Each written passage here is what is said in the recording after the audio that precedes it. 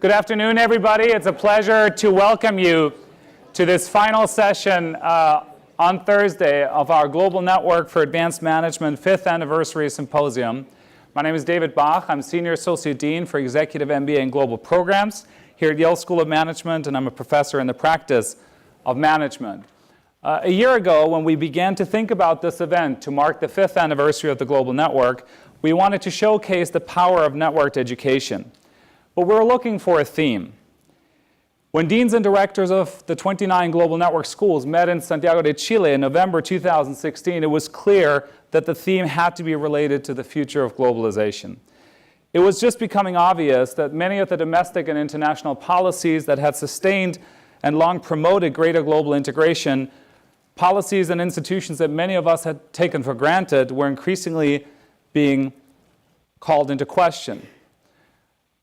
The question we've been asking ourselves, many have been asking themselves, is it a coincidence that populist leaders opposed to global integration have been victorious in different parts of the world, or is there something systematic about the rise of economic nationalism and anti-globalization sentiment? And if so, what would be the implications for business as well as for governments? These are pressing issues of our time that the Global Network for Advanced Management is ideally positioned to take on. To explore these questions, we put together what we call a small network online course, a SNOC. We wanted to get away from some of the headlines and some of the pictures capturing our attention.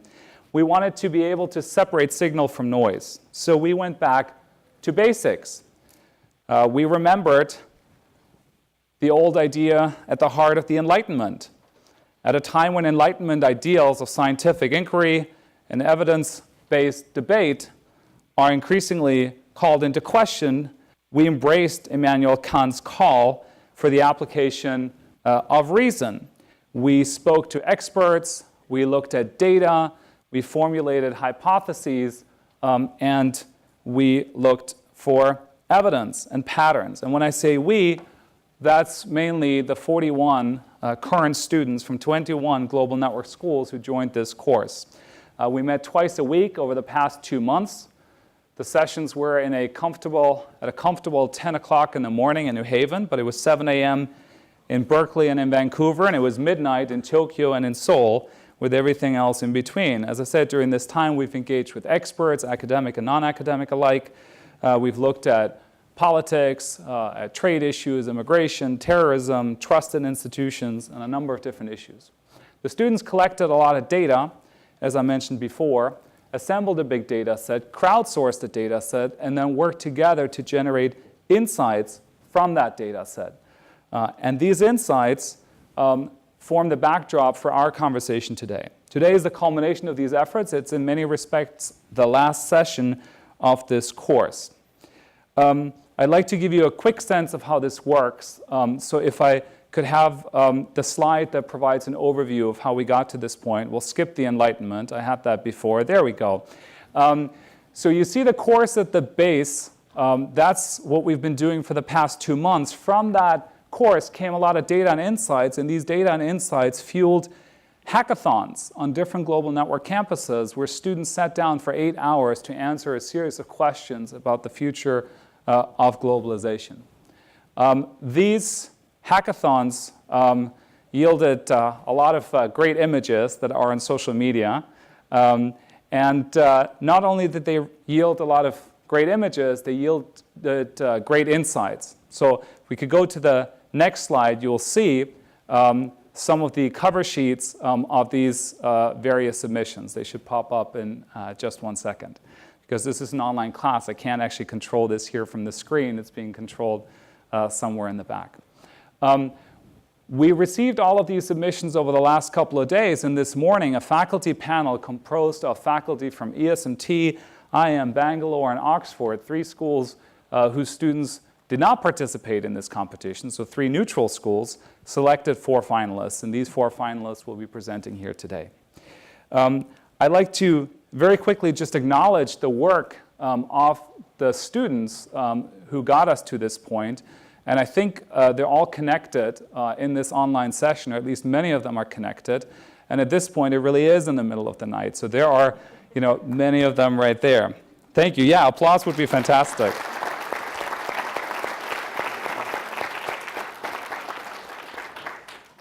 And as I mentioned, we've been benefiting from the input of experts. And if you look very closely at your screen, you see that one of the people on this screen is not a student in the course, but the expert of experts. We're so fortunate and grateful to have John Kerry join us today, the 68th U.S. Secretary of State. And it has to be stated here, of course, a member of the Yale College class of 1966. And he has graciously agreed to join our course online from California, where he currently is, just as other experts have been engaging with us over the course of the semester. Of course, none as well-versed in global affairs as he. I'm also joined on the stage by my friend Michael Warren, who is the managing principal of Albright Stonebridge Group, a member of the Yale College class of 1990, and a member of the Yale School of Management Board of Advisors, and he works at this very set of issues, advising companies and governments about the future of globalization. Before we turn to our students, Secretary Kerry, if I may, there's a sense that this liberal international order that the U.S. crafted after World War II, an order that has led to the globalization many of us have benefited from and that has created widespread prosperity, that order seems to be in peril. Do you agree with that? Is the current liberal international order in peril? Well, first of all, Dave, thank you very much for the invitation to be with you, and congratulations to all the finalists, but congratulations to everybody who has taken part in this. There couldn't be a more appropriate topic to wrestle with right now. And interestingly, I've just been spending a day and a half out here in Silicon Valley meeting with a lot of the capable disruptors of various enterprises around the world. And we've just had long conversations about AI and other things coming at us. So I'm going to be more fascinated, frankly, to at least hear the presentations of each of you and then to kind of feed back in. But let me just say this generically, in answer to your question. It is being challenged. I don't think ultimately that it's in peril because historically we've just been through so many different upheavals where various ideologies have been tried out, various methods of approaching governance. And I think we have ultimately globally learned a lot that is not going to be reversible in terms of basic structure. Now, does that mean that the same set of relationships within that liberal order are going to be maintained as they were? I think not. And I think for obvious reasons not. Because, I mean, if you listen to President Putin today or you listen to President Xi, and obviously China is going to play an enormous role in what is coming at us in the future. Economically, Russia is far less important in defining what's going to happen in the near term, but China certainly is. And it's clear that, and I felt this in my final 2 years as secretary, that too many people in America who are part of the revolt, so to speak, we're partially reacting to this sense that, you know, America being able to walk into the room and dictate the terms is no longer the reality.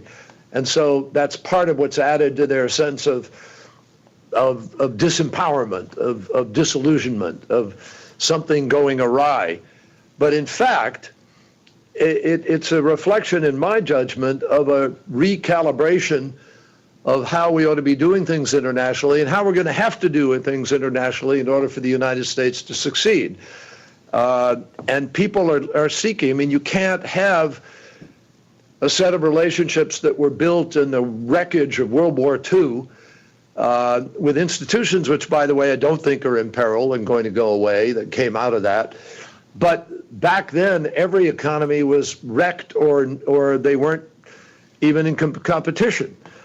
And so we could have the Marshall Plan and reign supreme for years and years and years and frankly make bad economic decisions and still win. That's not true anymore because there are a set of players, one of whom is going to be the world's largest economy and the most powerful player for a long time to come, who want their share of decision making and their share of resources and their share of writing the rules. And so we are going to have to approach that far more sensitively and thoughtfully than we have to date. So just setting the stage to your question, I think it's going to be challenged. I think it's totally up for grabs, David, as to what the outcome is going to be, depending on how adroit we are in our diplomacy, in our presentation, and in our engagement with the rest of the world. Thank you for that. So challenged, but not in peril. Michael, your perspective working with companies around the world, are they nervous? They are nervous and curious, but I first of all, I want to thank you all for having me here. It's really an honor. This is one of the most important institutions in the world and is really at the forefront of tackling these issues. I can say that firsthand. And it is really the thought leader. So thank you for having me. I want to build on Secretary Kerry's point. The business world and the markets are also up for grabs. And what our companies that we serve and companies that we talk to and global leaders that we talk to all recognize is that they're going to have to be much more expert at navigating this uncertain environment, that there are enormous opportunities, but there is a lot more at stake in terms of their current business, and they're going to have to figure out solutions faster. They're going to have to figure out solutions in a different way. They're going to have to look at different stakeholders and see them in a more integrated fashion. What we're also seeing is there's a lot of leadership changes. That companies are recognizing that they're going to have to actually be much more networked, that they can't take the traditional silos and models and expect to be successful. And so they're coming to us and asking us those questions constantly. And at interplay between those is how much do we factor in the surge in nationalism and protectionism and across the world with the basic underlying economic structures, which seem actually to be coming together in a much more solid way than in a long time. If you look at the IMF speech that Christine Lagarde just spoke about, and you look at the underlying aspects of a U.S. economy, which is in its 8th year of expansion, but nonetheless is still moving forward. That interplay is what they're really trying to understand, and they're looking at base cases and better than expected cases and less than expected cases. The drivers really around are the policy prescriptions and what that impact will have on each of the countries in the integrated global economy. But Secretary Kerry set it up exactly right. That is exactly the dynamic that we're seeing. Fantastic, and that sets the stage very well for the first question we posed to our students, because we wanted them to look at data, look at evidence, and try to identify the factors that they thought were most responsible for driving this perceived surge in populism, economic nationalism, and perhaps anti-globalization sentiment. And so I'm delighted to tell you that we have 4 finalists. Those finalists are the teams from Seoul National University, from Berkeley Haas, from the London School of Economics, and from Yale. And I want to underscore Yale, not Yale School of Management, because it's a team that includes people from the Jackson Institute and the law school. So we're excited that this is a cross-university team. 2 of these teams are connected online. 2 of them are here. The LSE team quickly jumped on a Concorde that they found in London and jetted over here after we decided.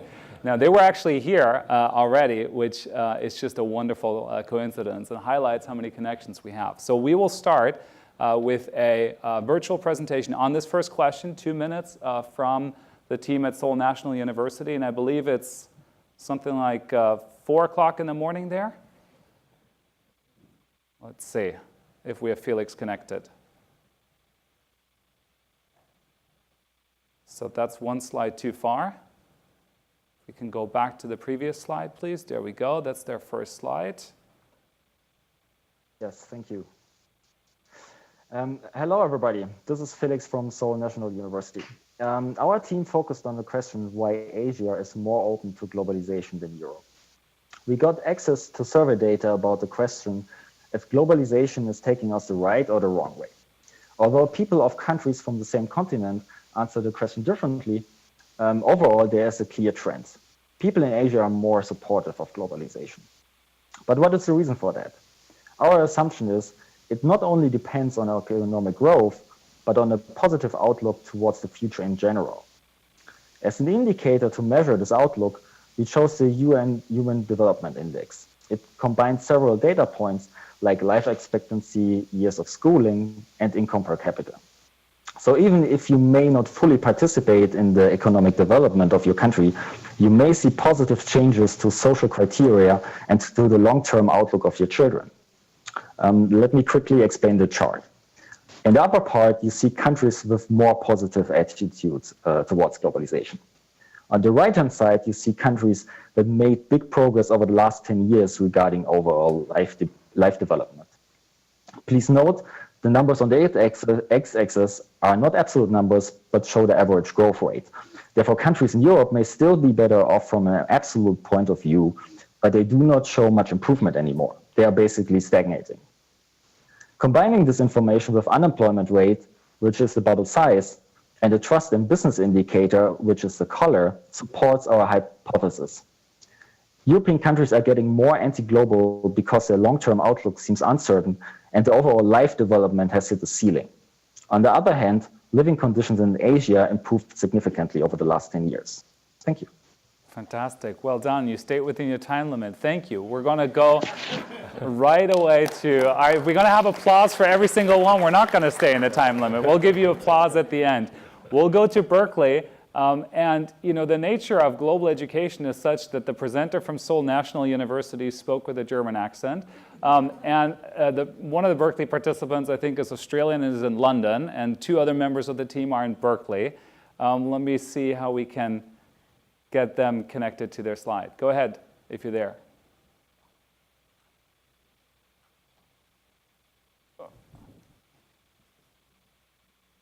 Do we have the Berkeley team? Sorry, they're just joining? Okay. All right, Berkeley's not there. We're going to get them in a second. Then actually, LSE, you're going to have to get up here just a little bit more quickly. Please join us on the stage. We're going to hear from the LSE team.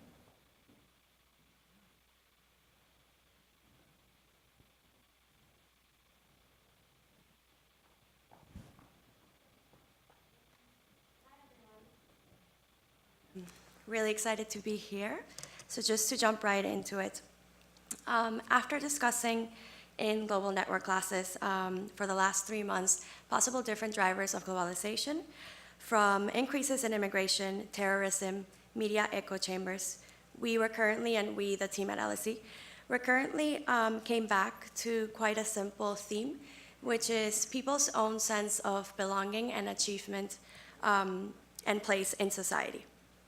So, following behavioral economists Amos Tversky and Daniel Kahneman's prospect theory, which basically says that relative to a reference point, we see increases in losses as greater than increases in gains, we believe that rising inequality, with a reference point being the level of quality of life of those that are reaping the benefits of globalization, is what explains the current anti-globalization sentiment. So in order to prove this hypothesis, what we did is we ran 2 regressions, which you can see here in the screen. The first one is we correlated the anti-globalization sentiment, which we gathered from an Edelman Trust survey from 2016, which was provided during the Global Network course. And we specifically picked the 5 countries which had the most negative view of globalization, or the highest anti-globalization sentiment. These countries are, in this order: Italy, France, Spain, US, and Turkey. And on the other hand, we chose 5 countries which have the least anti-globalization sentiments, being Japan, China, Sweden, Singapore, and Brazil. Then on one hand, we calculated the average Gini index, or the average inequality, within these 10 countries.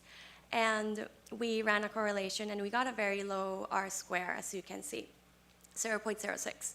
On the other hand, though, we run a similar analysis, but what we did is, instead of getting the average inequality for these 10 countries, we calculated the year-on-year rising inequality. And as you can see in this case, the R-square is much, much higher, being 0.17897. So as you can see, the data suggests that it's not really the current average inequality, but it is the rate at which this inequality is occurring, which can explain the current growing anti-globalization sentiment. And one last thing before the time's up, you can also see that the countries that are above the regression line are those countries that have the highest anti-globalization sentiment, which again shows that the higher this rising year-on-year change of Gini index, or the higher the rising inequality is, the higher the anti-globalization sentiment is. Great. That's it. Thank you so much. Wonderful. And let's get the Yale team up as well. And then hopefully somebody can give me a signal if the Berkeley team is connected now. No? All right. Yes. Yes. All right. Berkeley is there. All right. Richard, stand by. We're going to have the Yale team here, and we'll get back to Berkeley. Thank you. Go ahead, please. Great. Thanks, everyone, for listening to our thoughts on globalization. So our group believes that anti-globalization sentiment is a product of very real political and economic trends, but importantly, how the gains and losses of those trends are perceived and attributed. And so we looked at 3 trends that we think are the most important. One is inequality, and as the last team mentioned, the growth in inequality, and just sort of the skyrocketing of the 1%, while you see stagnation among real income, among the middle class. The second is immigration, and just an increase in the diversity, linguistically, ethnically, racially, of the global north. And the third is economic integration, which one can measure in many different ways, but certainly the proliferation of free trade agreements in the last 10 to 20 years. All mark coinciding and parallel, but certainly partially interconnected trends. So these 3 trends that Julia mentioned, in addition to many other trends that we didn't have room to fit on a slide, are being filtered through the media and being perceived differently. So what we mean by that is the media can amplify things like inequality so that we're constantly seeing the lives of the 1%. It can self-segregate, and we can see information only through small silos that we cultivate and create. It can also distort this information. So it can take absolute gains, such as absolute rises in economic trends, and it can twist them and change them into perceived losses. We analyzed 4 of those perceived losses. First, on a macro scale, we looked at the decline of national status, which is often blamed on unfair international competition. As Secretary Kerry mentioned a few minutes ago, the US used to be able to walk into a room and have its way. That's not the case anymore, and this can often be perceived as a loss, when really there's been no absolute loss in American stature. Second, there's a perceived loss of control at the local level. This is control over local industry, control over local autonomy, and this often gets blamed on predatory elites and outsiders. Finally, at a more granular level, at the family level, you have perceived losses in standard of living. So this is often propelled by things like wage stagnation and higher unemployment rates, as well as geographic dislocation that uproots families. And finally, at the individual level, there's perceived losses to social status and influence. Globalization has ushered in an era where increasingly women, minorities, people of color, immigrants have jobs that were previously held by those in power. And so as those in power see relative job losses, it becomes a threat to their power. Great. Thank you. Thank you. And we'll go very quickly to Richard at Berkeley and then turn it over to Secretary Kerry. Richard, I hope you're still there. Go ahead. Yes, I'm here. Sorry about the delay. What we wanted to show was how this problem was occurring within the system. So if we think about the system being the economic system, GDP, and that equals the mixture of technology, capital, and labor, what's very important to understand that if you have lots of small systems, it's normal to have a distribution of inequality, and it's normal to have a distribution of volatility. When you combine all these systems together, the level of inequality will just be much greater, and the amount of volatility you have will be much greater. And that simple formula, GDP is technology, capital, and labor, can be helpful to show if there's so much volatility in technology, and so much volatility and bear that burden is labor. And so labor has to absorb all that change that is happening in the world. This change then gets amplified by the media, and so you have an amplification effect. And the other problem is that this amplification effect creates closed loops through the media that give a very particular perception of reality that confirms your worst fears. We then take a look at the bottom on what is our core psychological need. And our core psychological need is one for safety. Safety in different ways, whether it be our esteem, our sense of belonging, our ability to plan for the future. In the way the system is currently constructed, none of these psychological needs are met. And if you don't have any of these core needs, this fear leads to a sense of uncertainty and competition. And if you join me now in the middle bottom of the slide, an insight we took from social psychology is what happens when you are in competition with another group. The research shows that if someone is doing well and they're part of the same group as me, I think of them with pride. And if they do poorly, I think... Lost you right there, but you were wrapping up. So it seems, which is great. So just to add to that, right, that there's something about the particular type of competition that then reinforces that feeling. I was going to invite Secretary Kerry to respond to this, and I wonder if the spinning globe is a way of signaling to me that we lost more than just Berkeley. No, there he is, Secretary Kerry. I hope you heard almost all of that. We'd love to hear your responses, your thoughts. Well, my responses are what an excellent summary that each has provided, in many ways very similar. I mean, Sewell Felix talked about how some country, I mean, fundamentally, I think you could summarize it as people just don't feel they're doing better, and therefore, looking at the standard of living, combining with unemployment, et cetera, you come out not feeling so good about yourself. Similarly, LSE basically talked about the increases in losses versus the gains, rising inequality rate, et cetera. The Yale folks, I thought, similarly, the declining in the national status, perception, less standard of living, loss of social status. Funnily enough, I have to tell you, it reminds me, one of the lectures that I attended at Yale with John Morton Blum, he delivered a phrase that I've never forgotten, which was, all politics is a reaction to felt needs.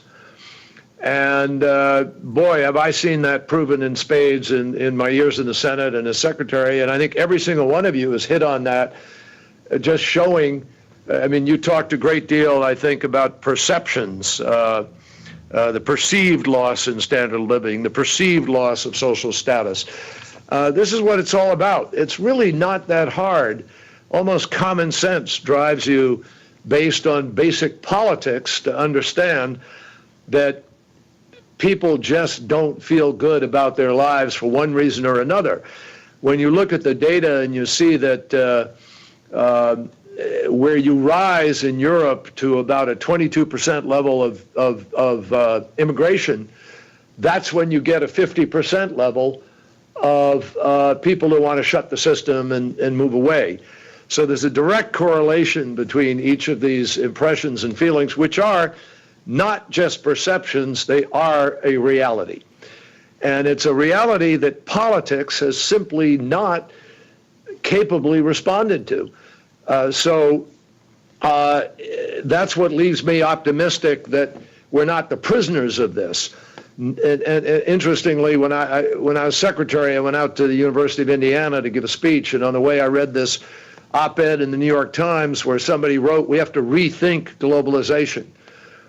Well, if rethink globalization means you're somehow going to stop it or not do it, that's not going to happen.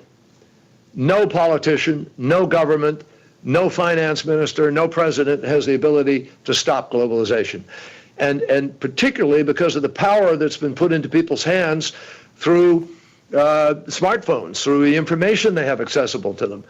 So I would add simply to the things that you all correlated as you did your regression, there is a crisis of governance globally, where there are more failed and failing states. People see that and feel it. The marketplace is moving faster. Tom Friedman talked about the age of accelerations. And that's because our politics are moving faster. The marketplace is moving faster. Ideas are moving faster. And much more so than a lot of people have a capacity to keep up with, which leaves them stranded. In addition, you've had the huge refugee invasion in Europe, which has destabilized politics. It was fairly obvious that was going to happen. You have a lack of sufficient recovery, believe it or not, from the 2008 crisis. And a lot of people haven't focused on that. But huge parts of our population saw their nest egg, their housing value, go from maybe $250,000, $300,000 or whatever it was, in one case down to $100,000. And they had a $200,000 mortgage. People who are in that situation don't just feel angry, they feel desperate. And that desperation has not been addressed, not to mention the dislocation that occurs as the disruptors of technology hit the marketplace. And that's something that's worthy of some more discussion, because it's not trade which demagogues are using to motivate people's anger that is at the root of what is happening. It is technology itself. And we need to ready ourselves for what's coming at us with AI and other things as this even accelerates more. But that's another reason for this feeling. And the final thing I'd say is I saw higher levels of corruption globally than I ever anticipated. I mean, corruption was at the core of the Tunisian and the Arab Spring. A fruit vendor being told, you can't sell your fruit here, and slapped around by a police officer saw fit to light himself on fire. And that ignited the Arab Spring. So there's a readiness for revolt as a result of this conglomerate of inequities and lack of opportunity, lack of outlet, lack of good governance, too much corruption, which is going to have to be addressed in order to equalize this in some way. Thank you so much for that, Michael. Objective economic performance, the perception of it, some combinations, scapegoating, where do you come down? Well, I'll first say it's a high bar to follow Secretary right there.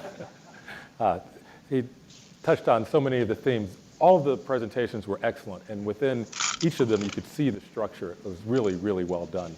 I'll try to add just a couple more thoughts and reinforce a few others. Ultimately, what we're seeing, and I think we highlighted this through the four, particularly with the Seoul example, is that for some countries and some continents, there's a great deal of optimism.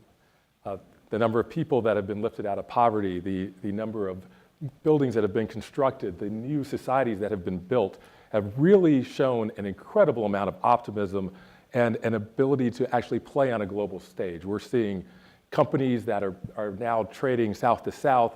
You're seeing companies that are going from Brazil to parts of Africa, going back through Asia.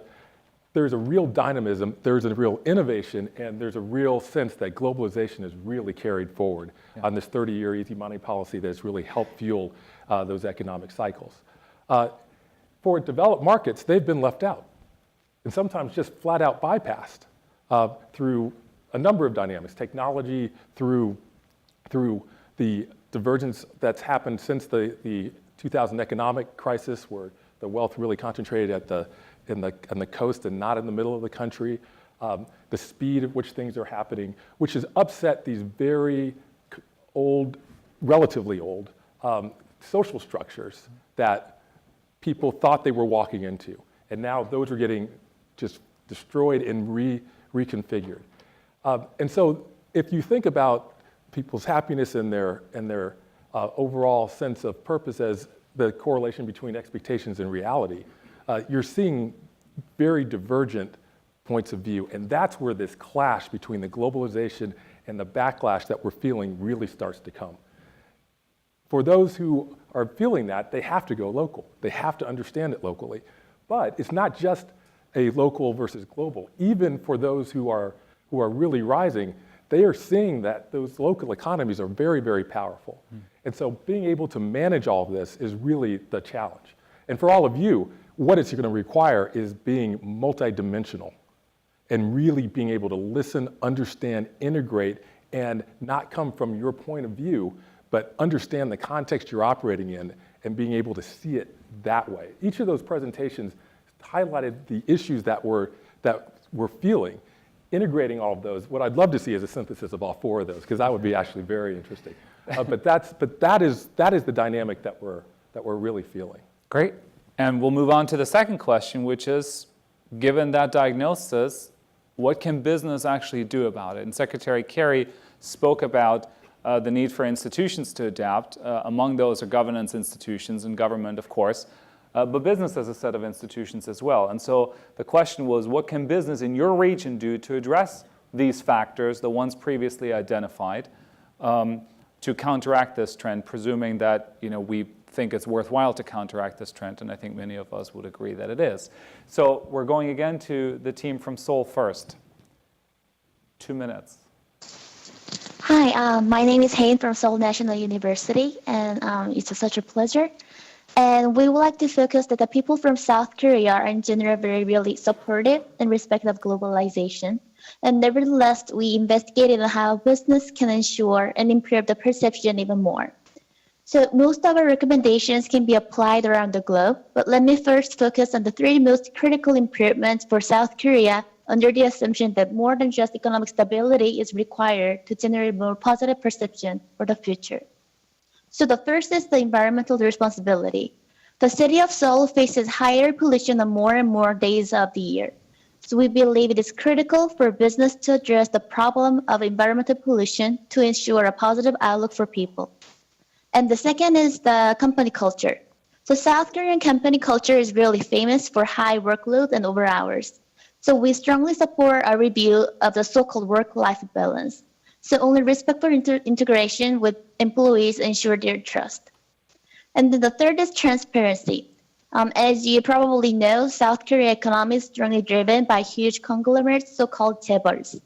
So to make people keep their trust in them, they have to improve on the transparency and avoid taking influence in the government decisions.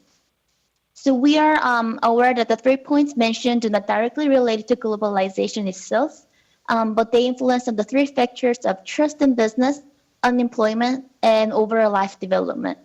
So following our hypothesis of an uncertain, fearful perception of the future drives anti-global thinking, and we believe business in South Korea should address those points now. Thank you. Fantastic. Well done. Let's get the Berkeley perspective on what business ought to do. Richard, sure. Do you have? Yeah, go ahead. Yeah, if the main issue is that the rapidness of change is causing people to feel insecure, what businesses should do is advocate for policies that stabilize the main drivers of change. So one is on trade, strike the balance on open trade regulation. We need to renegotiate long-term trade agreements that allow for modest protection of domestic industries. We want to dampen the shock of technological change. So we need policies there that are going to help with this AI revolution. Extend the capital investment horizons. Right now, the short-term reporting cycle means that companies are making decisions that are right for shareholders in the short term. They're not necessarily making long-term investment decisions. And then finally, creating interdependent employee protection norms. Longer employment contracts, actually looking for policies on union membership that are used US-wide, so that union membership and union protection becomes a norm. And in doing this, you sort of reaffirm the sense of business and labor having a necessary interdependence, and that there's mutual interest in the way that the economy is growing. Great. So you're hitting lots of different issues, trying to address some of these concerns. We're going to move on to the LSE team, please. And I'm going to just ask the Yale team to get ready as well. We're on a tight schedule. Want to make maximum use of the time that we have together. Please. We would like to propose today 6 answers to these questions. First, one of the main drivers of anti-globalization in the world has been the increasing rate of unemployment. We need to make our workforces more flexible so that they can adopt easily to changing labor demand in this changing world. How? Shorter and more practical-oriented education. A good example could be the dual system apprenticeship in Germany. Second, university has been teaching their students how to profit from globalization, but students are not being trained how to deal with the losers of globalization. Academia and companies should work together to tackle this problem. A solution could be education with a more value-focused thinking and human-centric design thinking. Third, inequality is one of the main drivers of anti-globalization. We would like to support the idea that elites do not remain elites automatically anymore. In this sense, we will suggest increasing employee diversity in terms of political ideology. The challenge is here finding ethical and appropriate human resources strategies that allow incorporating together people with different ideologies. A possible solution could be rely on a theory on organizational behavior. Another solution could be blind recruiting. I know this could be a little bit controversial here in the audience, but not to use as a first filter the name of universities could keep elites not to be automatically elites. Last but not least, we have been discussing in the last sessions the increasing level of technology, but we are facing here another issue, increasing automation. Investing resources in dealing with social ramification of technology advances through government tax cuts for those businesses that invest in related social programs could be the solution. Great. Fantastic, thank you. And we'll move to the Yale team right away. Great. So we focused on the role of the US private sector, and the key for us was identifying items that were both effective for the global good, but also made sense and had a strong profit motive. And we think this could apply from mom and pop shops all the way up through multinationals in one way or another. But we looked at it through three particular stakeholders within the private sector in the United States: shareholders, employees, and then the business-government relationship. So for shareholders, we would focus, I think, we would agree fully with Richard. The key for us is the role of institutional investors who naturally have a long-term investment horizon. For them to use their voting power to encourage companies to move beyond quarterly earnings management and encourage long-term investment, which ultimately creates value. The second for us would be the advocating for companies to more broadly adopt sustainability transparency standards like the Global Reporting Initiative. Companies all over the world are doing great things that lead to social progress, but very often that data isn't actually being reported back. So to address that gap between fact on the ground and perception, standards like GRI can help bridge that. For employees, I think all have recognized that there is the growing inequality. One way to dampen that would be to emphasize employee stock ownership, which is not only good for the bottom line because it creates a more motivated employee set, but also is going to reduce some of these broader anti-globalization trends. And then lastly, studies show that workplace diversity is good for business. At the same time, it's going to give you a reduced fear of the other by seeing what you have at work. Also can hopefully apply to our political discourse. We also suggest that companies strengthen and sustain their policy advocacy efforts. As Mr. Warren mentioned, there are great risks in the current environment, but there are also great opportunities in the policy sphere. We suggest that the private sector give input into educational standards for STEM education, also to participate fully in efforts such as the base erosion and profit-sharing efforts of the OECD.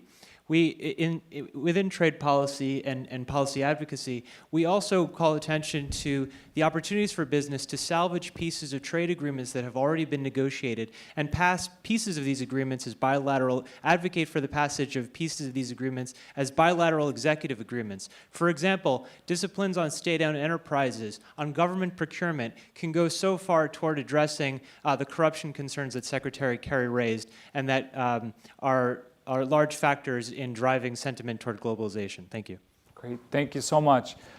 Secretary Kerry, you've been in conversations with business leaders. Part of what you're doing out there presumably is that you're talking about the drive, the speed of change, AI. Do you see Silicon Valley companies being thoughtful about the impact, the disruptive impact of technology? And more generally, what do you think of the proposals made? Well, David, I think, first of all, again, you guys have hit on so many different components of this. It's really hard. It's hard for you, I know, in your presentation, the state of the time, and it's hard to react to all of it because it's so broad, and some of the recommendations you made really require a lot more thinking through the application of them. I'm particularly thinking of both the Berkeley and the LSE presentations regarding the elite issue and also the interdependent employee protection and so forth. Big issues, very complicated. I would urge everybody to be careful about the social engineering component of trying to respond to this, with the exception of adopting broad principles, which I believe Sewell did. I mean, if you look at the Sewell recommendations, 1, 2, 3, one was address environmental pollution. 2, the company structure has to be thoughtful and revamped. That's the social structure, obviously. And then, of course, the issue of transparency, which is governance. So in effect, Sewell put on the table what we call ESG, environment, social, and government considerations with respect to investment. Last night, I just had a long conversation with our former Vice President, Al Gore, who is engaged with generation management, which is doing very thoughtful sustainability investment and a lot of ESG application in that. So I would just summarize by saying that's what companies really have to do. One thing they shouldn't do for sure is fall into this trap of excessive engineering towards addressing all of the macro downsides of what capitalism unleashed in bad ways can produce, but rather focusing their energy on creating a sort of new paradigm for that investment, which is one of the things that I'm out here looking at. Let me be specific. I think you kind of raised this a little bit. The worst thing we could do is start reacting just to this notion about trade. I just have to tell you, I mean, I voted for NAFTA. I was in the Senate for that debate. I voted for Panama, Korea, most of the trade agreements. And the problem I found in trade agreements was not the trade agreement per se. It's that both conditions that would have affected outcomes for people within the trade agreement were not enforced. To wit, in the NAFTA agreement, you had side agreements on labor, side agreements on environment, and they never got looked at or enforced. That was the problem.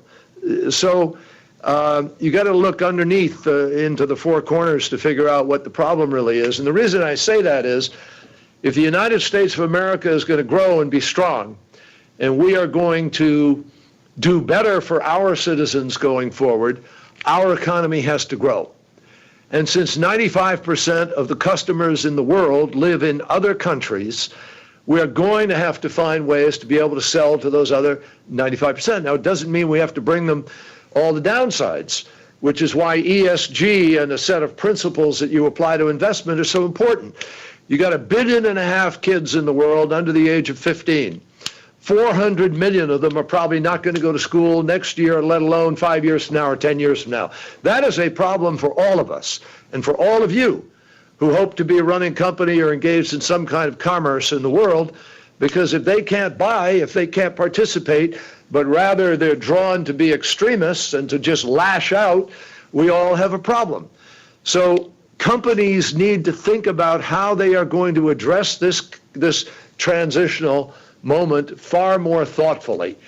And that means investing a little bit differently. It means a lot of education, ongoing education, because nobody's going to work at the same job probably for a lifetime. They're going to have 2 or 3, and you've got to create the entry-level capacity to take care of those folks.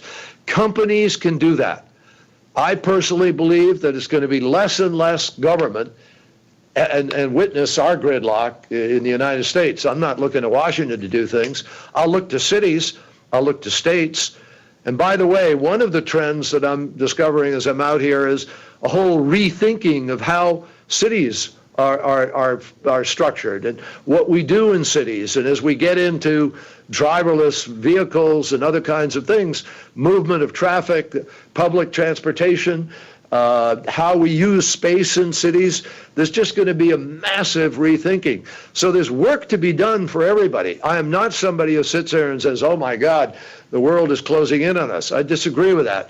I think businesses have unprecedented opportunity with thoughtful paradigms for investment, and in fairness, also, as LSE mentioned and Berkeley mentioned, with much more thoughtfulness about how their employees are doing as a result of what's happening in the world. You can't have CEO pay as disproportionately out of whack to the people who are producing those benefits on a global basis. And that has got to change, and companies need to rethink that very, very clearly. But I think that everybody needs to understand protectionism is not going to take care of any of these issues, believe me.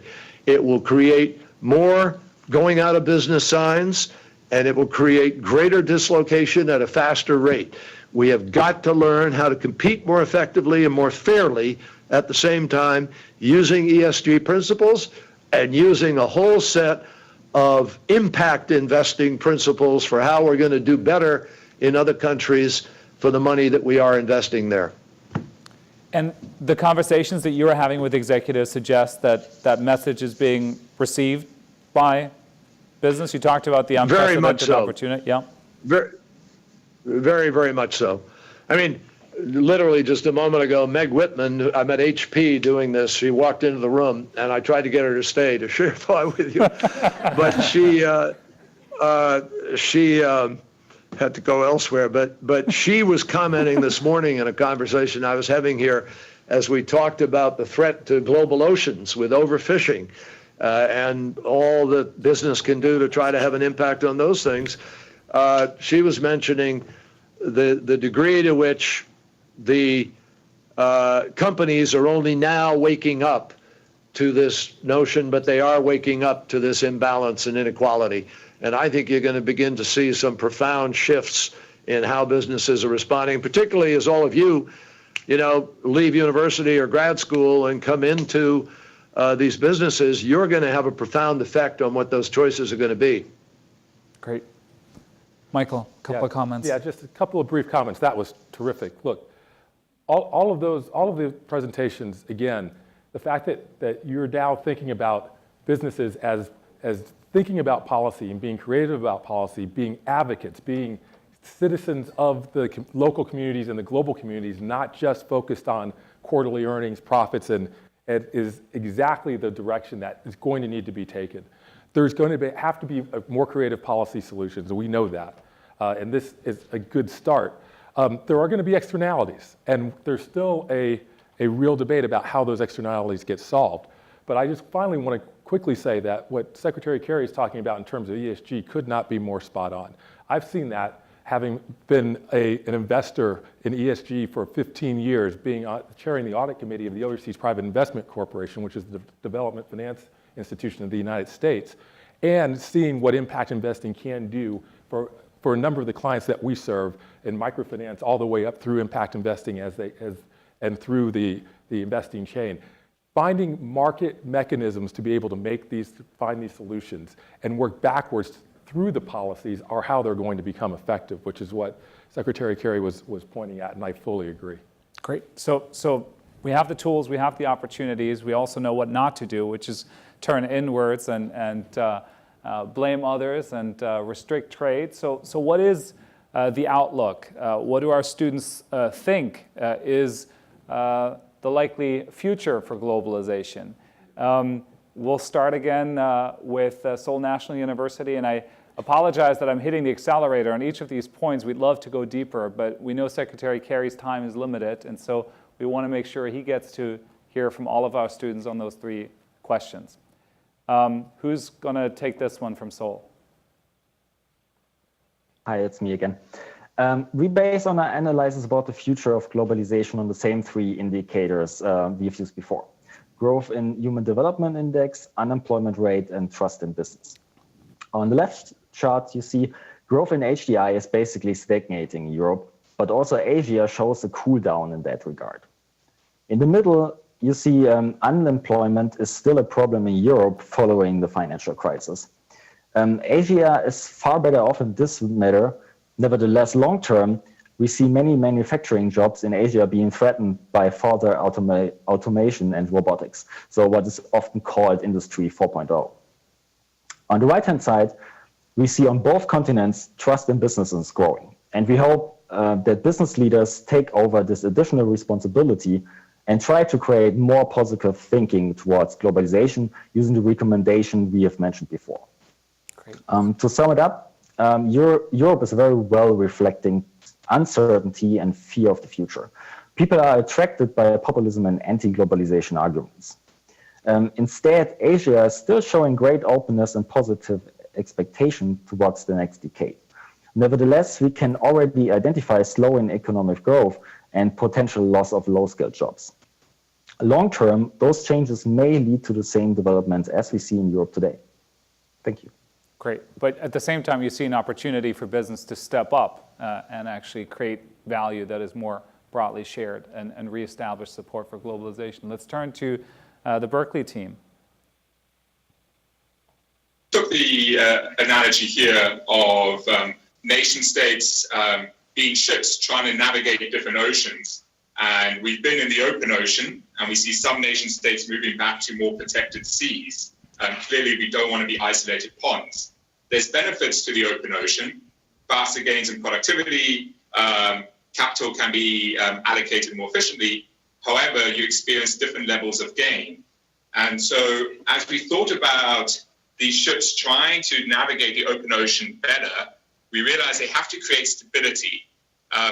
However, right now, we're seeing social cohesion decrease. So countries have different options. They can either become more authoritarian, or they're redistributing the way that the gains of globalization are allocated, or they need to reform their democratic processes so that these are longer term, or move to supranational entities like the EU so that you can weather the storms. So either we see one of two things happening.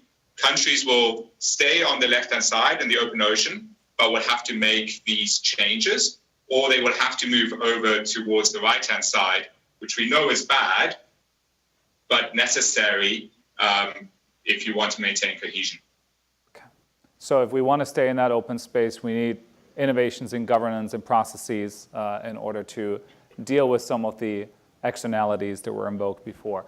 We're going to turn to the LSE team.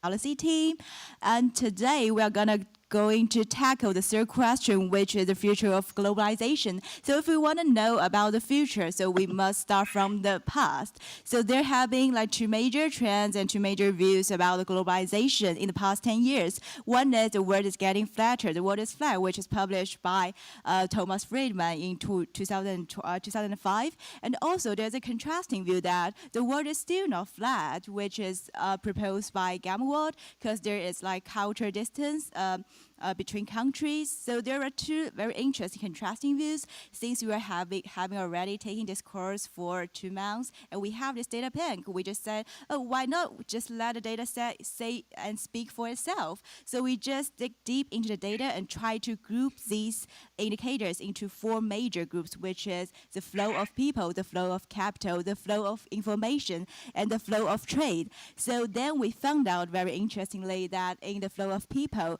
so the world is not flat because the world are more interconnected in the terms of the year rise of the international migrant stock. But this is a direction because in those countries like Indonesia, Philippines, the migration stock is decreasing.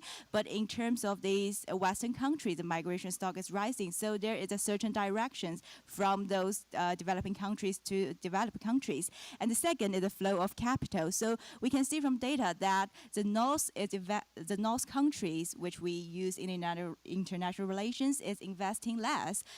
But the South countries, they are investing more, which is very interesting finding. And then the third one is the flow of information. So we can see that for the past 15 years, so there is a keep rising increase in information flow, but there has also been a focus, like for these developing countries, like Africa and Indonesia, there's much more higher the information flow than the rest of the areas. And then the last one is the trade.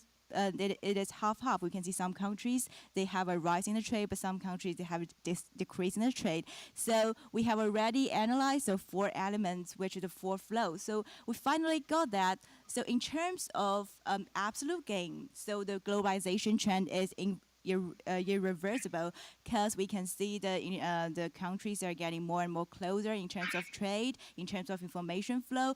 But we just discussed in the slides previously that there are winners in terms of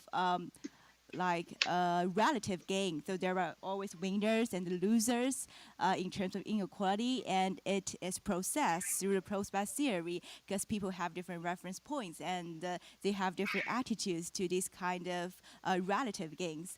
So thus the tension between the elitism and the populism will still grow. And then we propose, could there be a new world order in terms of the relative gains? So we can see that FDI flow are regionalizing with more and more less and less north and north investment and more south and south investment? Or could that also be beneficiaries of these emerging economies like China and India? They're rising powers. They had a lot of benefits from these free trade.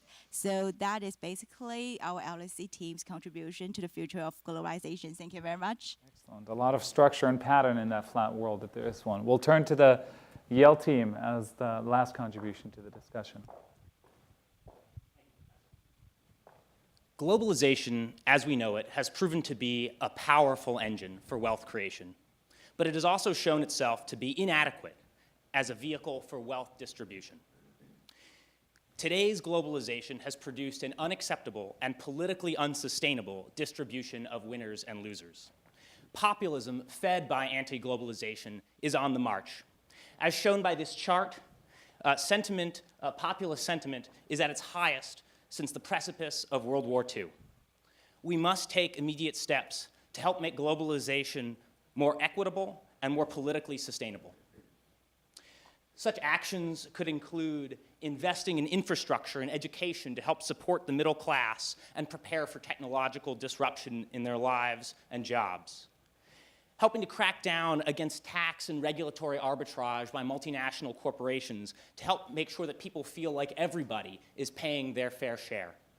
And helping to expand the social safety net so that it doesn't feel like when tomorrow's economy arrives, the bottom is going to drop out on you. And we need to take these reforms today, lest we face the risk of global cataclysm tomorrow. Thank you. All right. A warning at the end that contrasts perhaps Secretary Kerry with your bullishness about globalization more generally. Are the students too concerned about the future, or are they rightfully alerted and focused on change that needs to happen? Completely, rightly focused, which is why I have some confidence.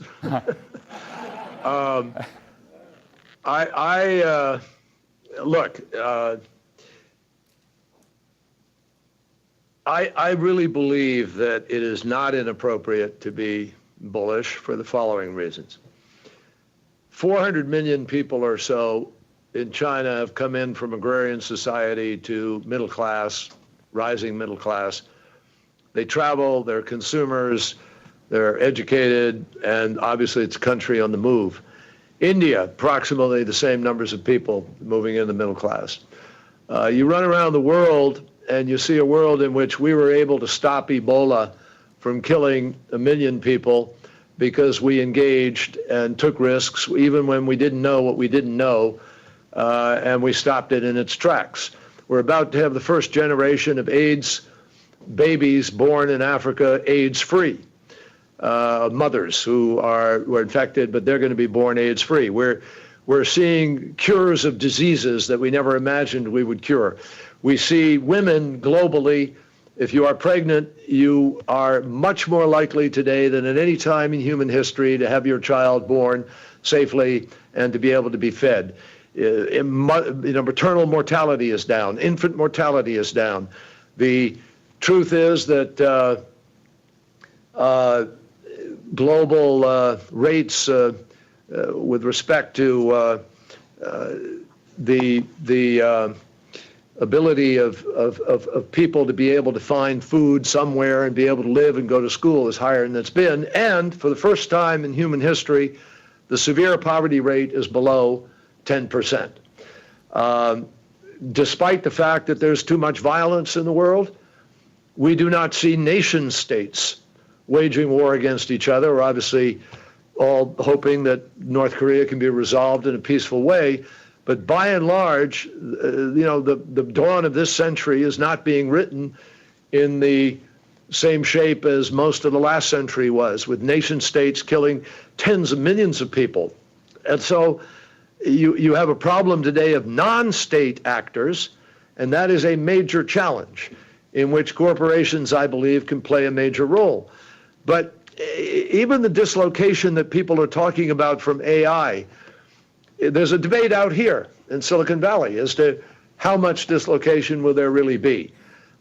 Historically, folks, we've gone through huge transitions previously. I lived through one of them in Massachusetts when Dr. Wang missed the personal computer and felt satisfied with a desktop word processor, and we missed a whole generation. And ultimately, Wang went out of business. We've seen these dislocations, digital, DEC, all transition.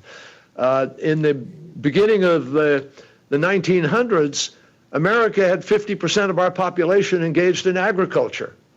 Today it's 2%. And most of that change has come about because of mechanization, because of increased productivity, because of and even in automation now, we're seeing the same thing. Now, clearly, as machinery is given cognitive capacity, which is what's going to happen to a greater degree, we're going to see maybe a faster pace and some change. But believe me, there's plenty of work for people to do. It just won't be necessarily the same kind. Look at those 1.5 billion kids I talked about who need a school, who need a teacher, who need to do something. There are countless numbers of things as we rethink life on the planet in its current paradigm. So I am bullish. I think no one, as I said earlier, can stop globalization. And you may not like this thought.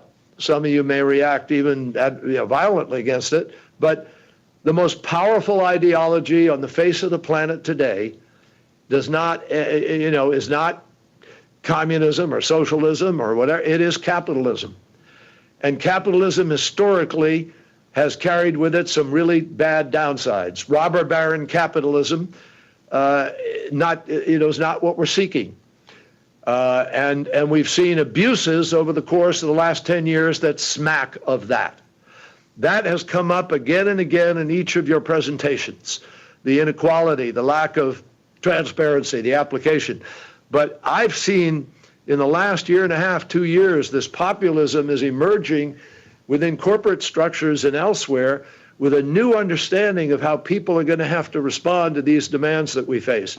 And so I believe that they will respond, because I don't think you're going to be a winner in this new global corporate paradigm unless you are responding adequately to ESG and to the other demands of social structure and response.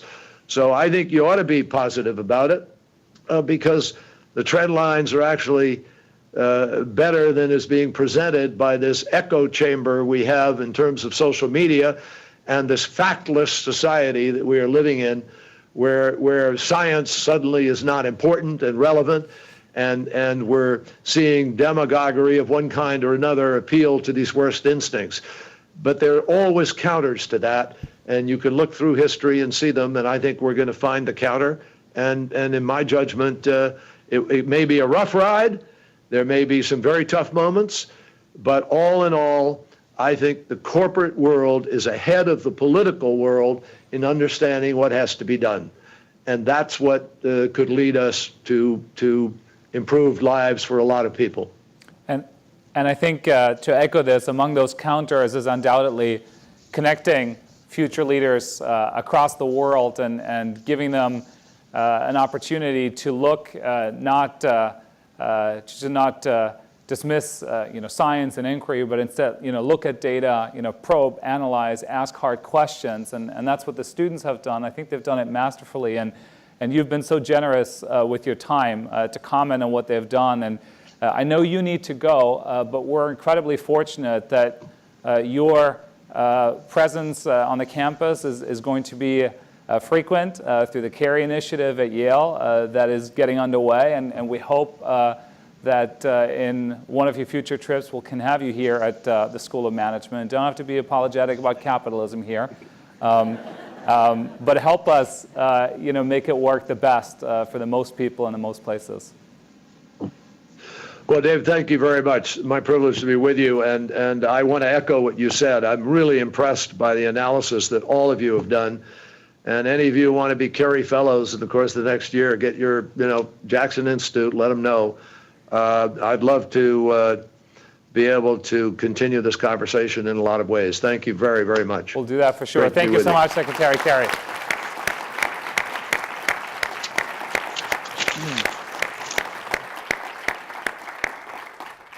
So as the Secretary is disconnecting, Michael, you said, I think, yes or nodded when Secretary CARRY said that he felt business was ahead of government when it comes to understanding what needs to be addressed in order to reestablish support for globalization and global integration. You're similarly bullish?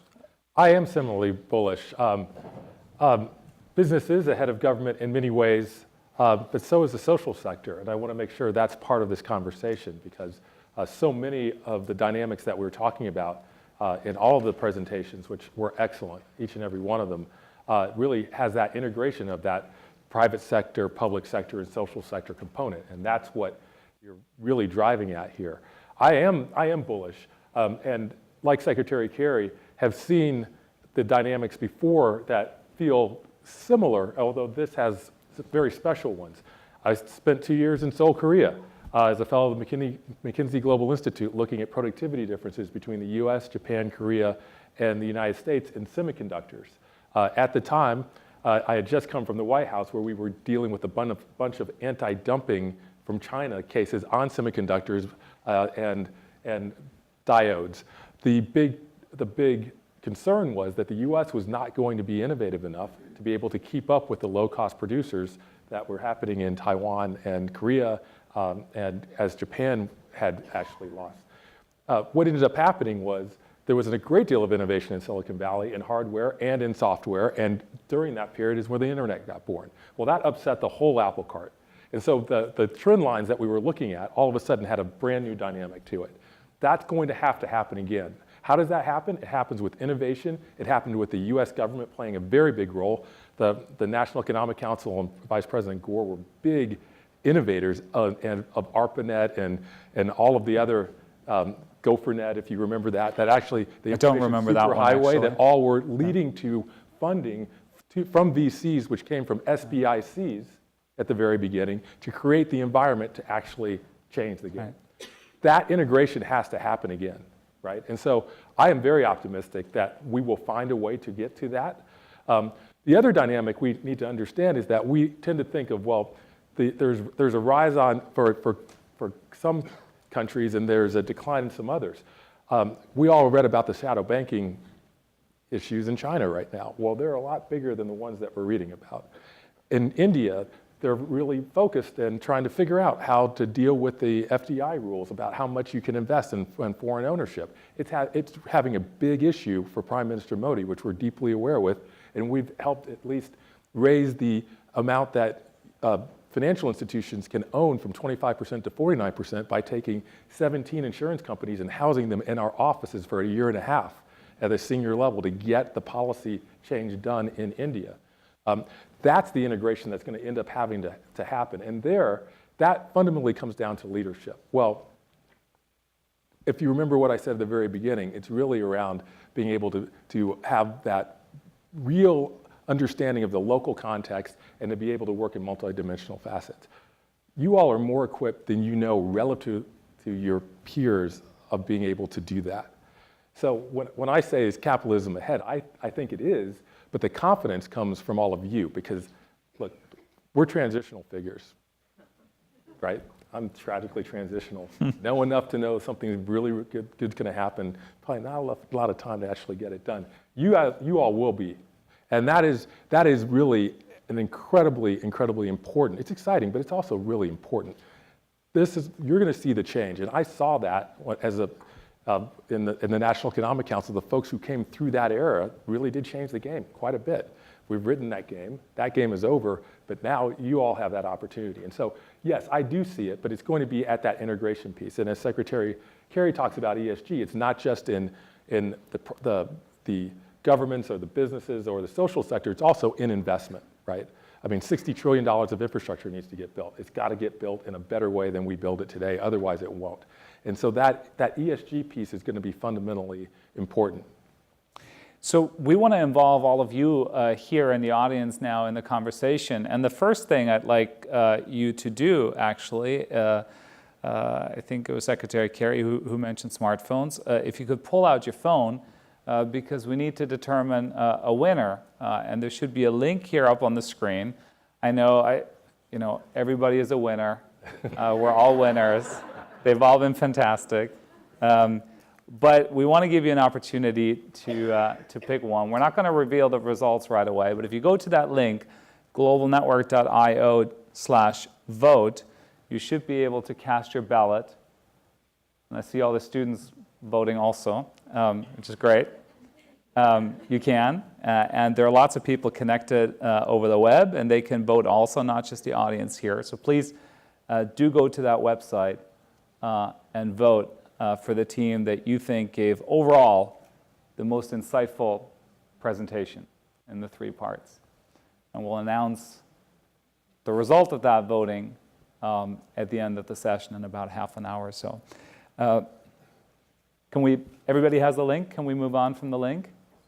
Great. I wanted to broaden the conversation a little bit by telling you, for us in the Global Network, this has really been a really exciting discovery. We've worked with the students and we've brought in experts from within our schools and beyond into the conversation to uncover many of these issues and to get us to a point now where we can have this conversation. But faculty across the Global Network have also gotten involved. And so this website, globalnetwork.io, has a ton of information, and we want to continue to use that information. Among the information that you can find there are more than 30 short essays written by faculty from across Global Network schools on different aspects of this question of what is the future of globalization. I encourage you to spend some time on that website and read some of those pieces. One thing I'd like to do is to share with you a quick analysis that we've done. All of these pieces warrant reading in full, but we crunched the words in there and created a couple of word clouds. I want to underscore again that these word clouds do not substitute for actually reading the underlying essays. But my question for you is, we've broken down these word clouds by the continent of the author. And I'm curious, first of all, if you see some differences across them. You know how word clouds work. The bigger the word, the more often it got mentioned in the text, basically. Just a very crude way of looking where people put the emphasis. So what differences do you see? And ask yourself, the continents here are North America, Latin America, Europe, Africa and the Middle East, and Asia. And which one is which? And I did not tell you this before, so you don't know either, I suppose. Well, you might know, but I didn't tell you. No, I don't. Yeah. What do you think? Oh. Let's get a few perspectives in the audience. Or what do you see? What stands out to you? What gets your... I see Andres pointing at the screen. Andres, do you see something interesting there that you want to share? Just watching the size of the letters, probably the China, it's from Asia. No? Okay. And there's one calling about Africa there. So. Okay. China, you think it's Asia? You don't think it's People in North America freaking out about China? Curious, somebody said yes. Other thoughts? Which one is North America? Bottom left? Top left. Top left, the very top. Technology, global economic. Can we get the labels, please? There you go. All right, so Asia is correct. It's interesting, right? Words like town, locals, need show up in North America a lot. Technology, global, economic, Latin America. Look at Africa and the Middle East, there's future. And yes, China is not subtle in Asia. So I want to throw it up open to you. So lots of interesting things that we have learned. One of them has been indeed that in much of the world, people are quite excited about globalization and the direction of change. And we saw that in our data. We also saw it when the students went out to interview people on the street. We have a wonderful video of an elderly Chinese couple talking about how globalization is a win-win and being much more bullish about globalization than people in their 20s in London or New York who also got interviewed, and we'll share all of that information as well. What questions or comments do you have? Feel free to weigh in now on any issue that was discussed. You know, what is your perspective on what has been driving this surge in populism and economic nationalism? Do you think the analysis of the students is succinct? Do you think the adaptation of business policies that they've been recommending is appropriate? Fred, I think your hand went up. There's a microphone on its way. Fred Frank. Well, I congratulate all the participants. It was fascinating. It was mind-opening. But I was struck by the fact that within this range of contexts, the word education never came up. Mm-hmm. And it seems to me the future is going to be dependent on how the world of education itself begins to transform to become not only more global, but more technologically oriented and more socially oriented. So I was quite fascinated by none of these conversations talked about the role of education. Okay. One of the submissions, I should say, and we're going to put all of the submissions up on the web because they're incredibly interesting. One of them, I believe it was the one from the Sauder School at the University of British Columbia, squarely focused on education and talked about sort of a remarkable trend, which is measured as a percentage of GDP, public expenditure on education has been declining, which is crazy if you think about what is ahead. You have conversations with governments as well as with companies. Education, how are they thinking about it? Well, for companies, they're terrified. They can't find enough skilled workers. And that is causing them to locate in areas that are not helping the overall social fabric. So companies are pounding the door for more, which is why even the immigration bills and everything else, it's not just from outside the United States only, but we are working with 4 CEOs who personally are working on STEM. That is what they care about, and that's their issue that they're spending their nanoseconds of free time on. So education is fundamental for the businesses that we are seeing, but we are seeing a real move away from the notion of public education, right? And so that is also a dynamic that a lot of the businesses talk about. I keep on coming back to here because what Dean Snyder has led at Yale is really remarkable, and it is what businesses are increasingly asking for, to have real global citizens, because they can't solve their problems otherwise. And what they're finding is they're not educated enough, right?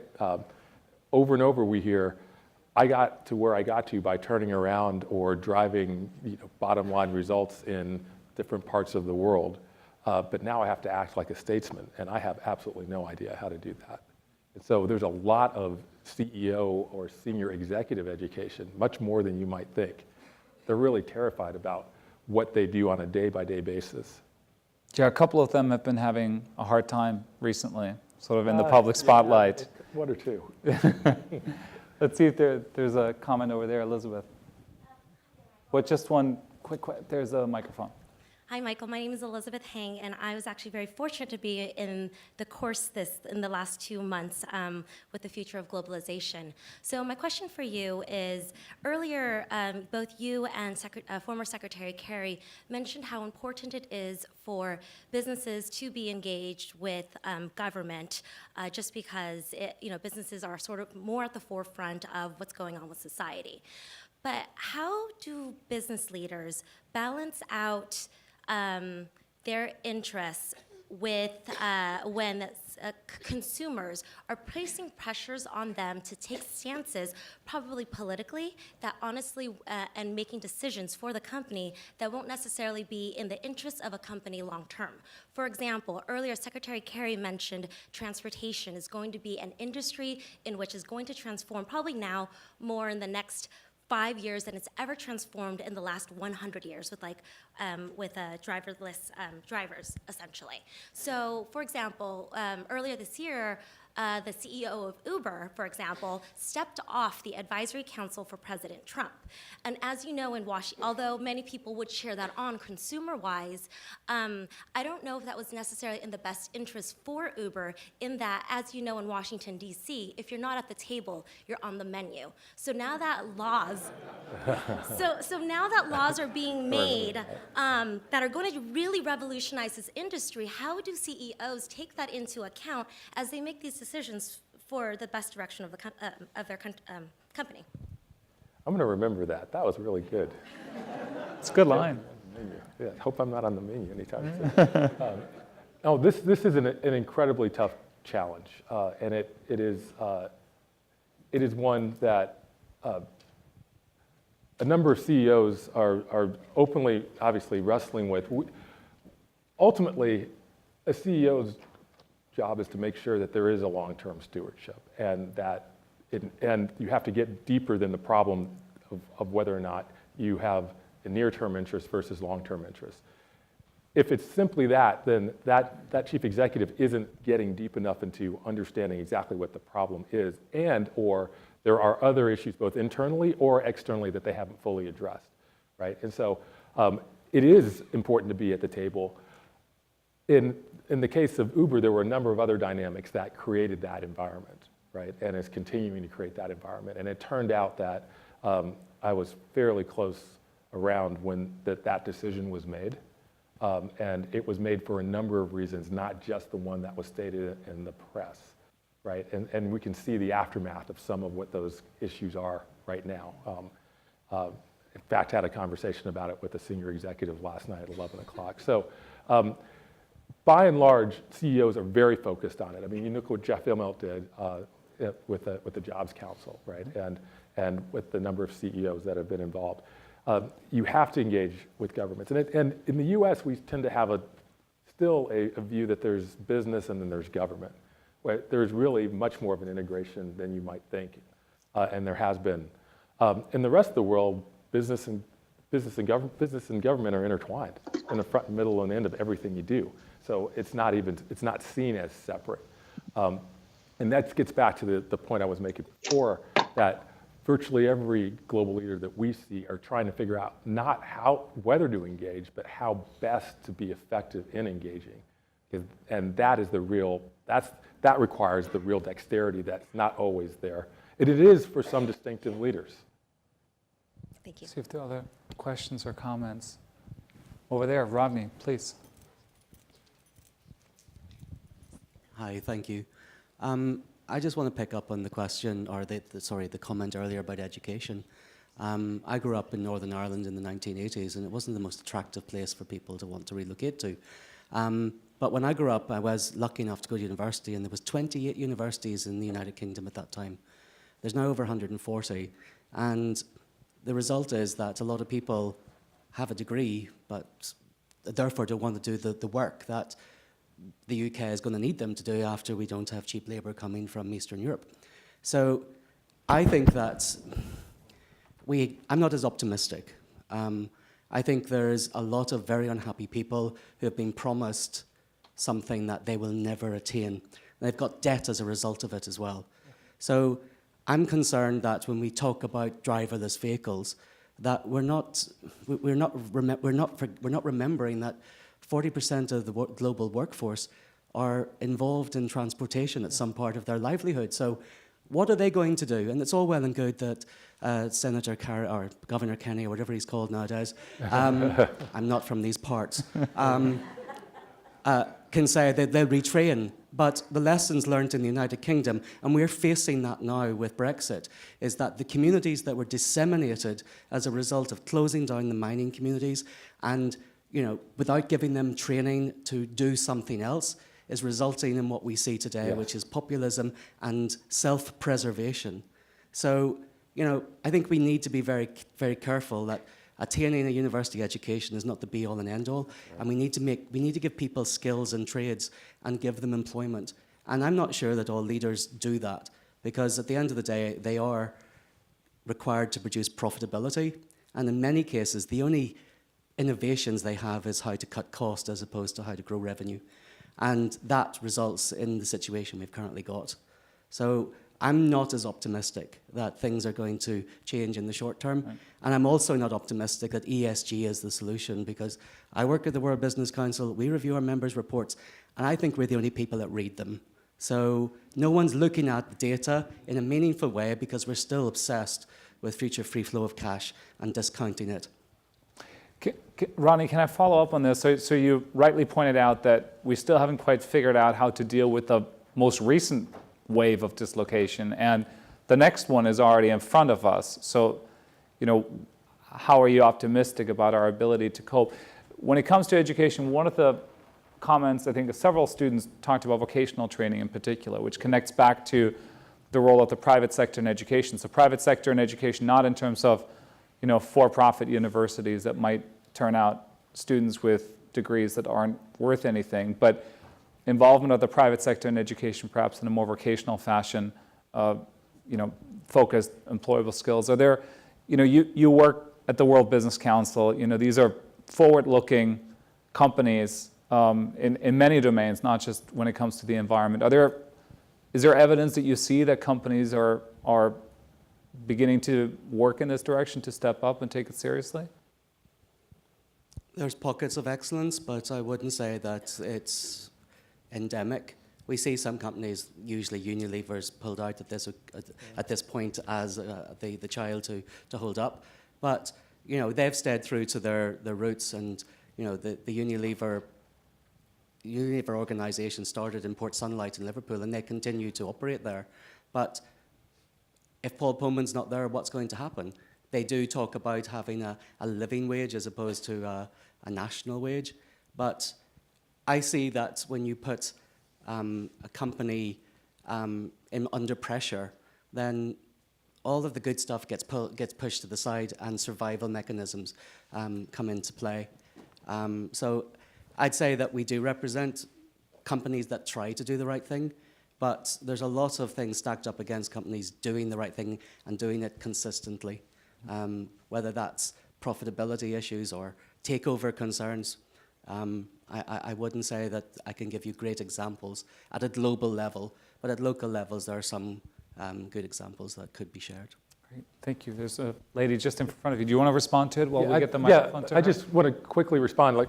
That was powerful, and I couldn't agree more, particularly in Northern Ireland, in the UK, in the United States. What you've described is exactly the dynamic that is taking place. And some of that, there's many reasons for it. We've talked about technology, others.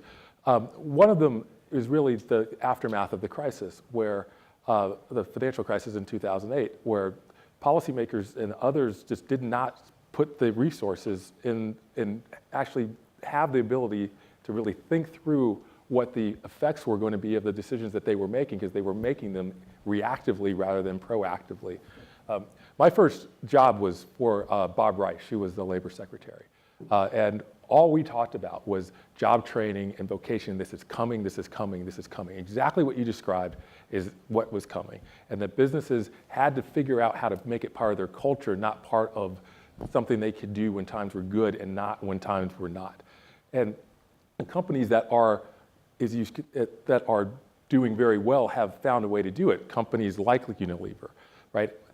There has to be more and more of that. We're seeing now in the United States turning some of the airport hubs into places where you can really invest. So you can see GE doing that. You see Procter & Gamble doing that. Companies that have really put that in place.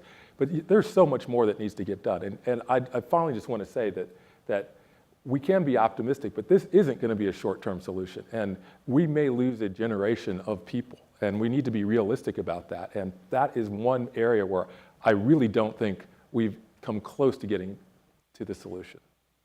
Well, those people vote, and that has, elections have consequences. Go ahead. Following on to his point, I just wanted to say as an economist that the nature of competition is such that companies compete on the basis of their profit, and profit comes from revenues minus costs. And so on some level, companies are not able to make decisions on the, ESG basis, because they are forced in being competitive, having to make decisions that may be contradictory to that.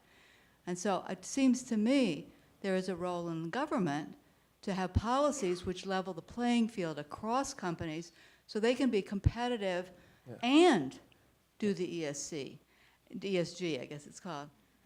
And that's what bothers me a little bit on these circles here, that there's really no government in there if you look at it.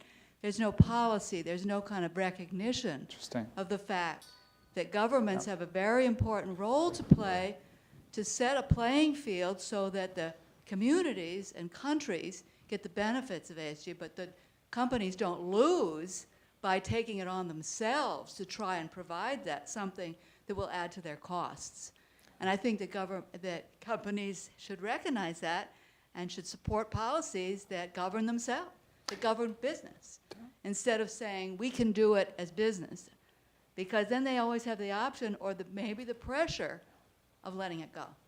So it's a really important point, and the role that government plays is critical. I would add, though, that the market is the other governance mechanism, and one of the things that we're seeing is consumers, voting with their wallets. And one of the most interesting things, I think, about the first couple of months, since the election inauguration, has been the extent to which people who are politically active have used their behavior as consumers to send messages, and how much companies have been on edge about what position they should take based on where they're finding themselves. Yeah, there was a hand down very here quickly. well.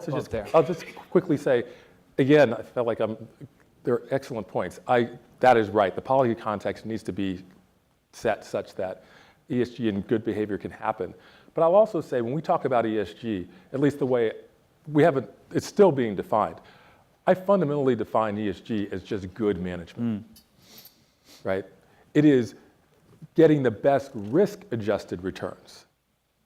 And so much of what we see is bottom line profits, great, companies doing really well, all of a sudden, big problem, Uber, and now we've got a major crisis. Well, is that really the best risk-adjusted returns? That's not what shareholders are asking for. And so what ESG does is it gives you the best chance for long-term risk-adjusted returns. And that means you have to engage in the environment and social and governance, governance being the number one driver. And that means that you have to have that integration between the private sector, public sector, and social sector if you're going to win. So if you want to win for 3 quarters, you don't need to care. You don't need to care. If you're going to win for 3 to 5 years, you really do. And with the pace of change, it's coming back even faster. Notice the number of CEOs who are being forced out because of issues that are related to them not actually practicing just good management. Please. I just want to add on that, because I think in today's classes, we do not really teach anymore cost, profit minus cost, the receipts minus cost gives you the profit. We have lots of classes, especially also on the undergrad level, where we actually form our students to have a more multiplicated decision-taking and taking in all stakeholders and not only the cost and the profits, and including the hidden costs, the environment.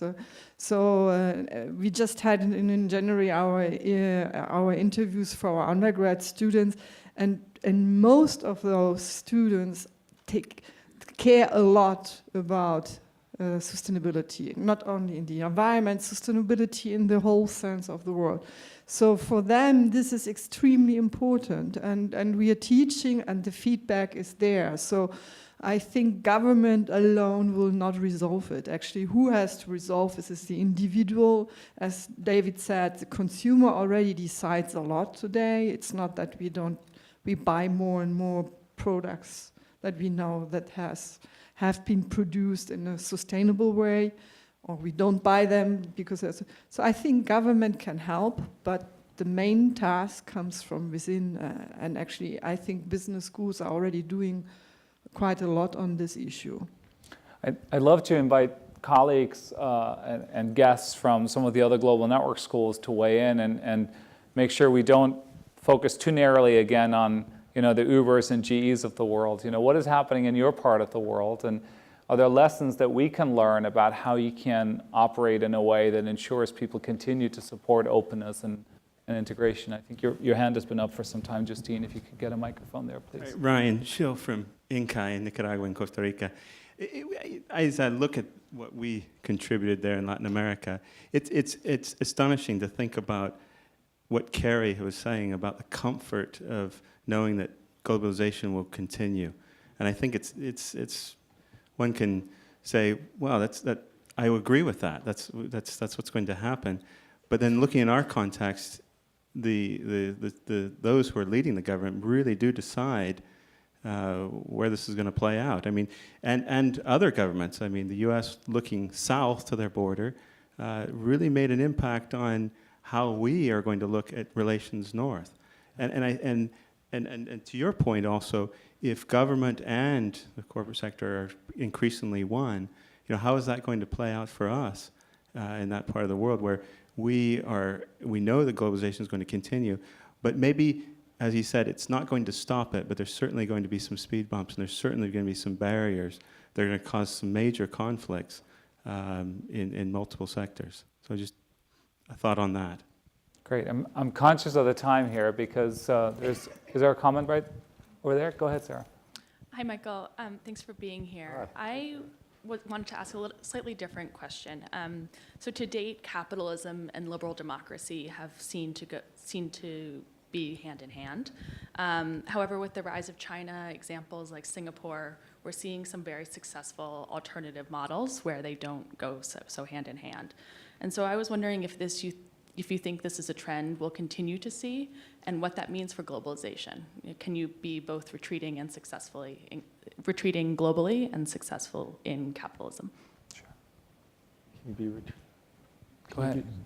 Retreating globally but successful in capitalism. I mean, this is the success is, for example, the fact that we're seeing in Asia, governments that have embraced globalization, that have liberalized their economies, but haven't liberalized their political systems nearly as much, really forcing us to question whether those two developments, informed perhaps by the same ideology or the same philosophy, actually don't necessarily go together, right? Liberalization in one area, but not in the other. It's a great question. I mean, it's a great question, and I'm going to answer it kind of backwards, which is that what is striking is that the degree to which everyone agrees that capitalism is the playing field right now. I mean, when you think of democracy in communism, you think, well, these are two different government systems, but the economic systems are increasingly converging. And China is getting a lot of pressure to devalue its currency.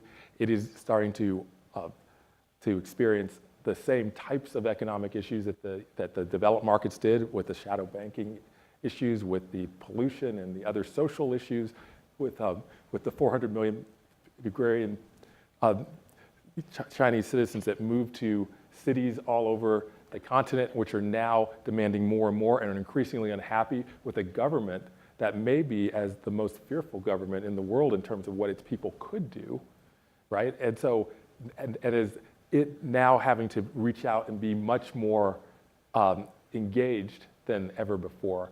The names themselves are increasingly blurred in terms of what the government systems are. And if you look at the United States, we say, well, democracy. Well, we just had an election where the popular vote did not put a president in office. Is that democracy? You tell me. So the one system that you can really start to feel is everyone's moving towards is capitalism. But the governments themselves, the names are very hard to define what's actually happening in them. So, Mary, you had a comment. I've served on boards in Europe for many, many years, including in Germany. And I think one of the things the United States and American business education, and especially American finance, has propagated across the world has led to no notion of stakeholders. We are a very rigidly organized sort of financial market here that if you're a director, your duty is to the shareholders unless you're bankrupt, and then your duty is to the creditors, okay?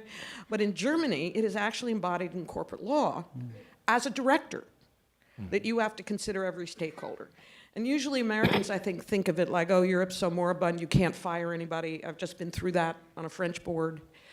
I think what's needed is a set of social change, maybe driven by elections that produce alarming and surprising results, to move back to more of a stakeholders concept of governance on boards and of finance. Now, that's really not happened very much here, except for the activist sort of trend. But if you listen to Larry Fink, he's of the view that more of a stakeholders view would produce better long-term risk-adjusted returns.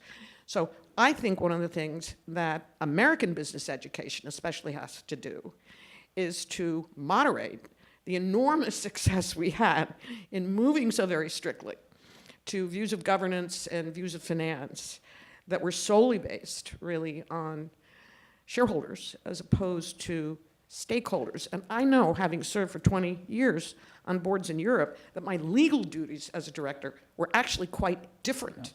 And it was a bit of a weird experience when I first started it. Well, and it's not just such a valid point, Mary, but it also underscores the power and the benefit of what we're trying to do here. Your call that American business education has to look beyond the way business perhaps has been practiced and preached in the United States, that there are ideas out there, co-determination in Germany, the role that family businesses play in emerging markets, other kinds of ways that stakeholders, different kinds of stakeholders come together to provide public goods and so on, that we can learn from. And in many ways, that is exactly what the Global Network is all about, and that is why this inquiry has been so powerful. I can tell you, being connected twice a week with students in Turkey, in the Philippines, in China, in the UK, all around the world, who are thinking through what this means. Rebecca, you didn't say this, you're from Venezuela, and you kept bringing up every now and then being in the UK, talking to people about, careful what you wish for here in terms of overturning the status quo. It's been immensely gratifying and very insightful. We have something pending. We actually have to learn what the result of that vote has been. And before we reveal that, you might say, what is the prize? The prize is actually that Secretary Kerry has agreed to write a note underscoring, how wonderful your work has been. He said he'd do that for the winners. So I think that's really exciting. If you don't like your note, I'll trade you whatever you want for a note from Secretary Kerry. So we're going to reveal that. I don't think we have sort of confetti coming down if somebody's in here, but let's see. Sarah, before you do that, actually, don't go there just yet. We're going to have a little bit more suspense because there are a ton of people I'd love to thank, and if I started thanking each and every one of them, we'd be here for half an hour. But there are three people in particular I'd love to thank. Well, first of all, I want to thank, again, all the students in the course. Not only did they contribute to this course, they joined on this journey. I think in the end we had 12 different versions of the syllabus because we kept changing as we went along. And they've orchestrated these hackathons all around the world, which has been wonderful. But the three in particular I'd like to thank are Sarah Toomey and Julia Knight, who are up there and have been the teaching fellows for this course.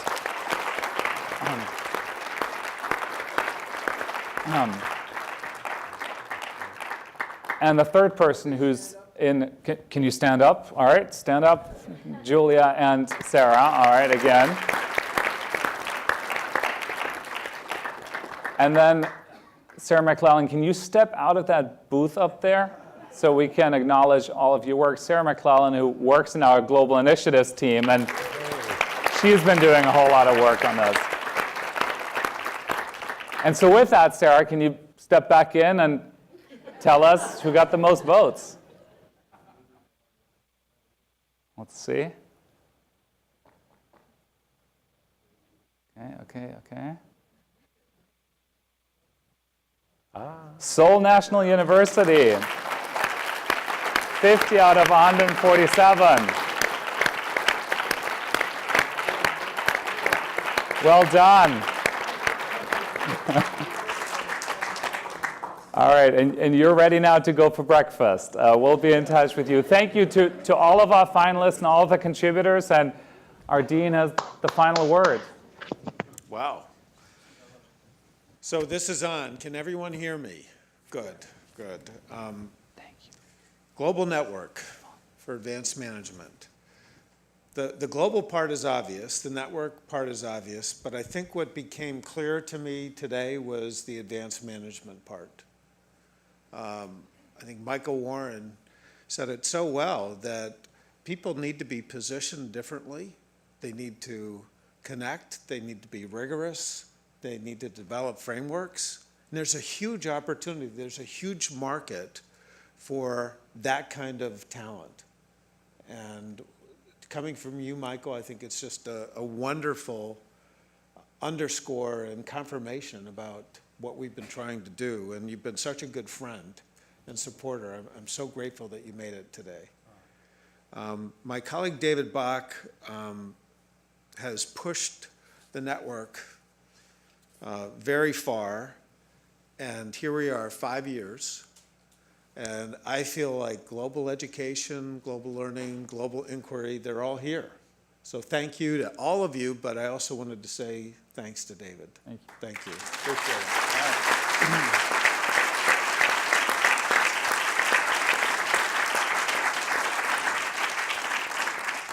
So I do have some personal comments about this conversation, so forgive me, but I'll be short.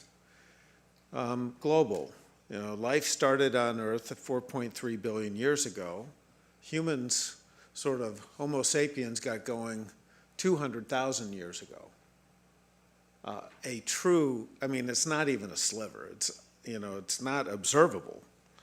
And 100,000 years ago, humans started to move around Africa and out of Africa, and the story has been globalization ever since. And I'm on the page that we're not anywhere close to being done.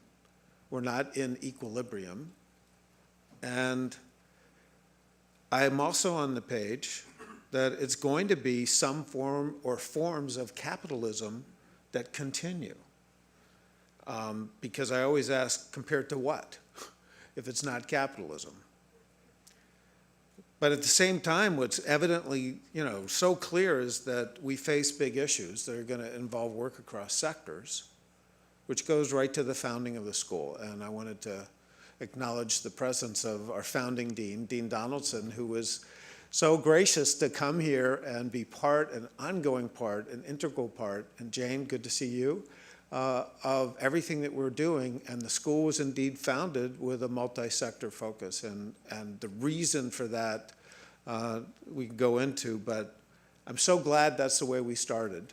And thank you very much for everything you've done.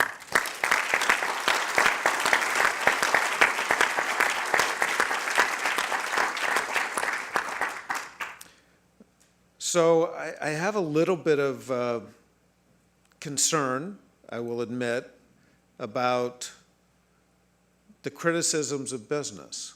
It's not that I don't feel they're well articulated or misplaced, but to the extent that we don't keep in mind that businesses need to survive to do good things, I think we get ourselves into a difficult conundrum. Yes, it's true that in some sense, when revenues exceed costs, that's when businesses can afford to do the good things. So the good things are in some sense a luxury, and as well as was well pointed out, when the difference between revenues and costs decline, sometimes those good things go away. Well, what do? Do we regulate? Do we pick winners? Or do we try to develop management that can sustain a level of profits to do good things? And I think one of the things we've found with the Global Network inquiry is that there are customers who are willing to support businesses, and employees who want to work for businesses, and investors who want to work for businesses to make that convergence of objectives happen. By contrast, I think when we think about governments solving everything, governments clearly have a role, but governments are self-interested too. And that's what makes, I think, this challenge so interesting and so difficult. We have crony capitalism. That's because governments mess it up. We have governments picking winners. We have governments setting up cartels. We have corruption. I didn't hear enough about that in the conversation, but one of the things from my network colleagues that I hear so often, when they talk about the big issues facing business and society, corruption is way up there. And corruption, and where does it come from? The interaction between government and business. These just make all the conversation yet more interesting. But the last thing I want to just say is thank you. Boy, this has been wild. The last day and a half, having Secretary Kerry come in, all of you here, I'm so grateful to each and every one of you, and onward from here.